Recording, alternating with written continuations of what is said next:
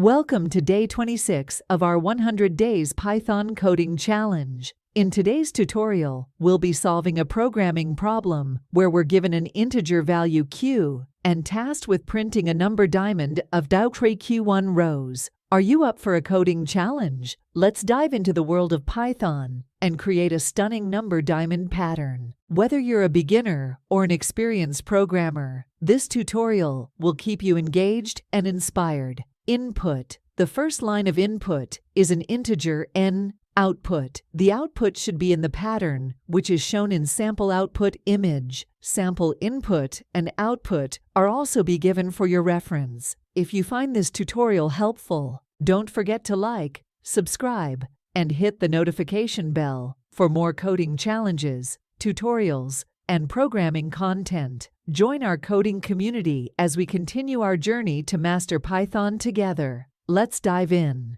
Sharpen your Python skills and impress your peers. Be the first to know when we release new coding challenges.